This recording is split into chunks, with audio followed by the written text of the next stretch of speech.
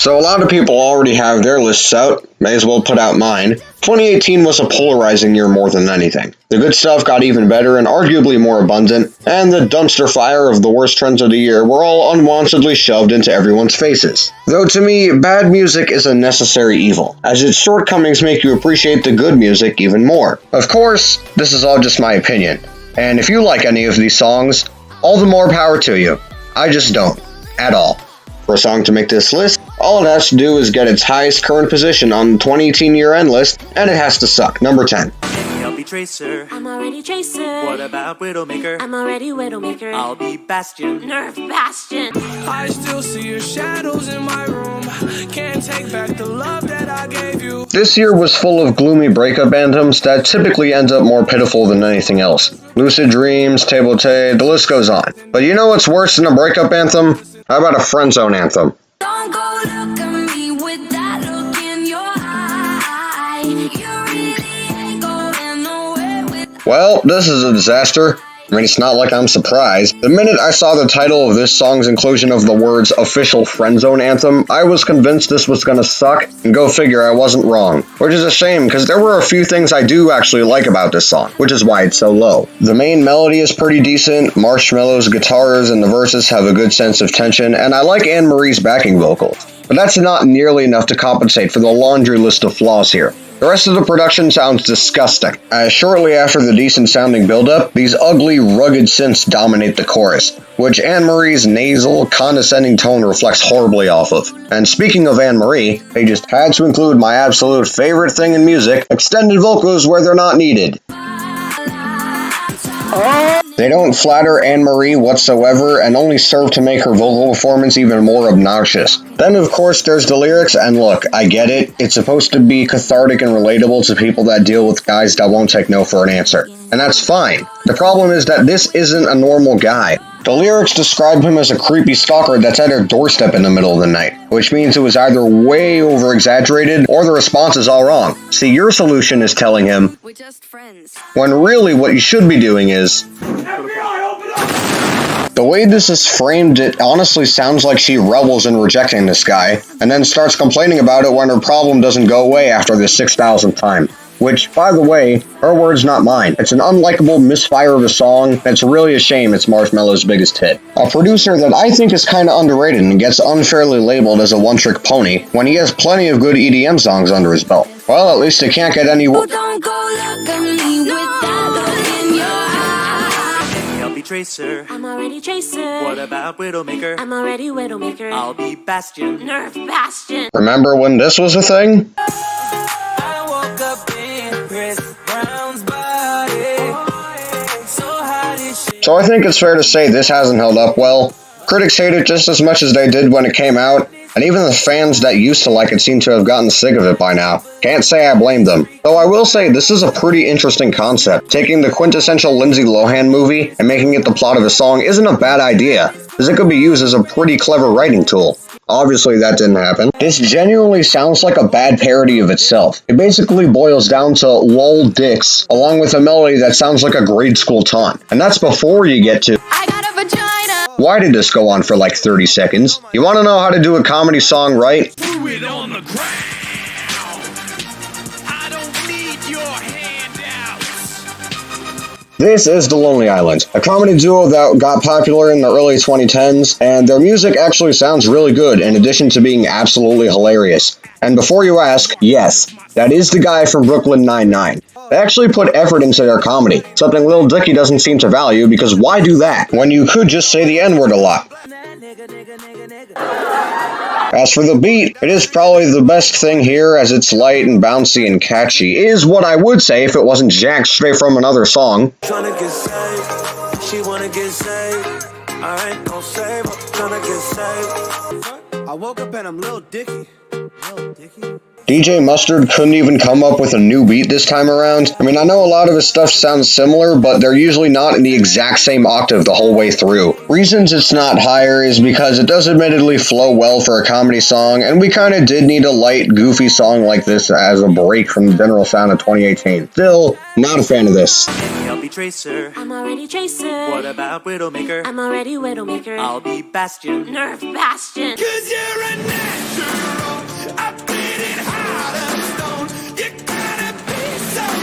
I'm going to keep this entry brief because I really don't have much to say here. It's a slightly better version of Believer, which is still nowhere close to good, as Dan Reynolds continues to overpower this dreadfully joyous instrumental with his unrelenting screaming. Once again, lacking any restraint on his vocals, which no matter way you slice it, is just not pleasant to hear. The last two songs had some noticeable positives, but the only good thing I can say about this is it's not quite as bad as its predecessor. Next. I'll be Tracer. I'm already Tracer. What about Widowmaker? I'm already Widowmaker. I'll be Bastion. Nerf Bastion. You know I said that I am better now, better now. I only say that cause you're not around, not around. Even though Stoney was a bit of a mixed bag, Beerbones and Bentley showed improvements across the board, from better writing, some more polished beats, and consistently better songs.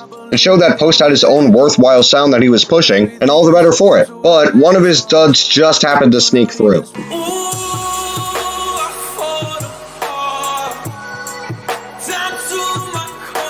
This song's existence is in complete spite of everything that makes Post Malone a good artist. Normally he's got a really drowsy and captivating melody, along with that strange yet effective goat yodel thing he's got going for him. His words, not mine, by the way. But anyway, this is a complete mess. I've heard it compared to The Hills, and I do see that comparison, but the problem is that The Weeknd's debauchery had purpose. The bleak tone felt like it had some actual weight. I Fall Apart has this really uncomfortable, oily, high-pitched instrumental with touches of out-of-place guitar in the midst of this warbly nightmare. It's not twisted or menacing in a good way, it's just off-putting. Oh, and Post Malone trades in his usual relaxing inflection for this bad Patrick Stump impression that goes nowhere. Hopefully Post Malone continues on his current path and doesn't go back to this trick. I'll be Tracer. I'm already Tracer. What about Widowmaker? I'm already Widowmaker. I'll be Bastion. Nerf Bastion. Bitch want party with Cardi.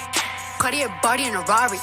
Diamonds all over my body. Shining all over my body. Cardi B is okay, I guess. One of the most talked about people in music, it's weird to me how little I care one way or the other when it comes to her music. I mean, she has a personality, I've certainly heard worse, but she's never really given me a reason to pay closer attention. Which is why I blame this disaster 100% on that nauseatingly abrasive, squirmy synth that slithers through this entire song. Not only does it sound awful on its own, but Cardi B's staccato flow sounds increasingly awkward over it. She works best with a smooth flow and a no-nonsense attitude, the exact opposite of her performance here. 21 Savage is probably the highlight with an okay verse, but overall, the song was pretty much screwed from the start. No wonder it didn't last. I'll be Tracer. I'm already Tracer. What about Widowmaker? I'm already Widowmaker. I'll be Bastion. Nerf Bastion. Two of my pet peeves in music are, 1, being boring, and 2, trying way too hard to be relatable to the average person in the most predictable way possible with little to no detail. So, what happens when you put them both together? Turn the lights, turn low. Yeah. I'm very low. Ooh, ooh. But you can't blame me for trying. You know I'd be lying saying I'd put both these songs into a very specific category of bad. It's the super hollow and pretentious #relatable track that really gets on my nerves. Lights Down Low features the least charismatic rapper since Vanilla Ice tediously murmuring his verses, and Max, an otherwise tolerable vocalist, has an incredibly whiny chorus with dreadfully flat harmonizations galore. The guitars feel somehow both heavy and weightless, the tempo moves at a snail's pace, and there's this false campfire feel that fills the track with this unlikable smog. It's an indie song without the indie. Then you have Halsey's song, which is even worse. At least Lights Down Low can be phased into the background, meanwhile Halsey is... I may not be the biggest Halsey fan, but I'll admit, there were some pretty excellent songs off Hopeless Fountain Kingdom, like Castle or Strangers. So why was this the lead single? The main synth has the same piercing qualities as the one on Barty or Cardi, except worse. Halsey's vocals have rarely sounded worse. The lyrics try to be edgy and relatable with nothing but the sour personality of the narrator to boot. But it's okay, as it's meant to be. These songs try to make love and lust and melodrama relatable to the average person, and maybe it works for people who spend 20 consecutive hours on Tinder, but to me, it reeks of desperation and shows they're running out of ideas, and fast. I'll be Tracer. I'm already Tracer. What about Widowmaker? I'm already Widowmaker. I'll be Bastion. Nerf Bastion. 901 Shelby Drive, look alive, niggas came up on this side, now they on the other side. To say Drake had a massive year is an understatement. Drake was literally everywhere and has touched nearly every chart in existence countless times. He's had God's Plan at number 1, Nonstop at number 2,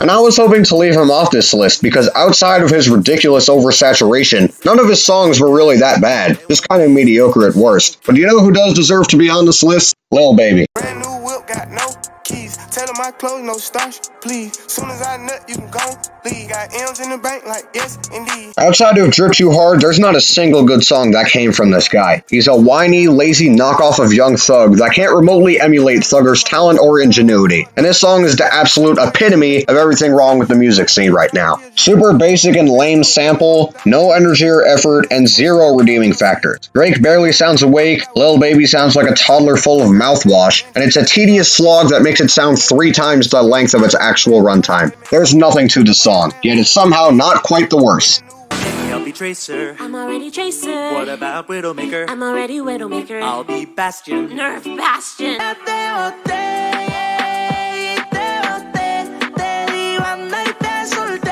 Don't hate it quite as much as some others do, but it's still a one-dimensional, incompetent, insufferably smug piece of garbage that's about 3 times its necessary runtime. Can't go 50-50 with no hope. Laughably pathetic. You could show me a drawing I made when I was 4, and I'd still respect it more as a piece of art than this song. If it's meant to be, it'll be, it'll be. Baby, just let it be. Yeehaw! It's you, babe. And I'm a sucker for the way that you move, babe. And I could try to run, but it will be. If I had to choose, this would be the best song here because it at least feels like effort was put into it, but those voice cracks and dull non-atmosphere kind of already sealed his fate.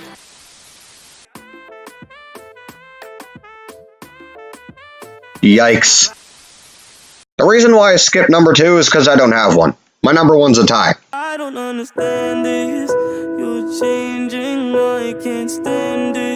Pussy got that wet, got that drip, got that super soak. I hit that shit, your feet. If you think this is a tie because both these artists are quote-unquote controversial, and that I have a grand speech ready about how problematic supporting these people are, then sorry to disappoint. I've accepted that Hollywood stars and role models are 2 very different things a long time ago. I'm no fan of either artist, but I get their appeals. X was the leading, deep and real emo rapper with some interesting ideas even if I didn't like the execution. And 6ix9ine is a walking meme that's known for screaming so loud to the point where it's baffling how his throat hasn't malfunctioned yet. People talk loud when they want to act smart, right?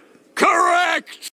No, the reason these 2 songs top the list is because no effort was put into either of them. Changes is a fragment of a song with painfully inept singing, lyrics that are basic enough for a first grader to top, and a downward piano progression that literally sounds like a bad demo. There's nothing here. While Fifi does sound complete, it makes up for it by being totally stagnant the whole runtime. 6ix9ine's auto-tune sounds awful and makes him sound like a dysfunctional robot, and he doesn't emote at all, he just sings the same bad note for all of it. They try to pass it off as experimental, but given how one-dimensional 6ix9ine is, that claim is meaningless. Nicki Minaj is slightly better, but still has nothing to work with because her main asset is her personality, and there's no room for any of that in this backwash. And Murder Beats totally half-assed this beat. This is barely even a melody. Sounds like a broken washing machine. Even 6ix9ine himself admitted he put zero effort into this. Look, I'm not about to get up on my soapbox and start some petition to remove these 2 from the spotlight. They're cultural phenomenons, people are gonna give them attention, and the only thing that can say otherwise is time. Since they are popular, could we at least get better music? These 2 songs go against all their strengths and highlight all their weaknesses. There's no reason these 2 songs should exist, and before you say money, they've already gotten wildly successful with better music. Changes and Fifi, the worst hit songs of 2018. Well, glad I got that out of the way. Next time's the best list.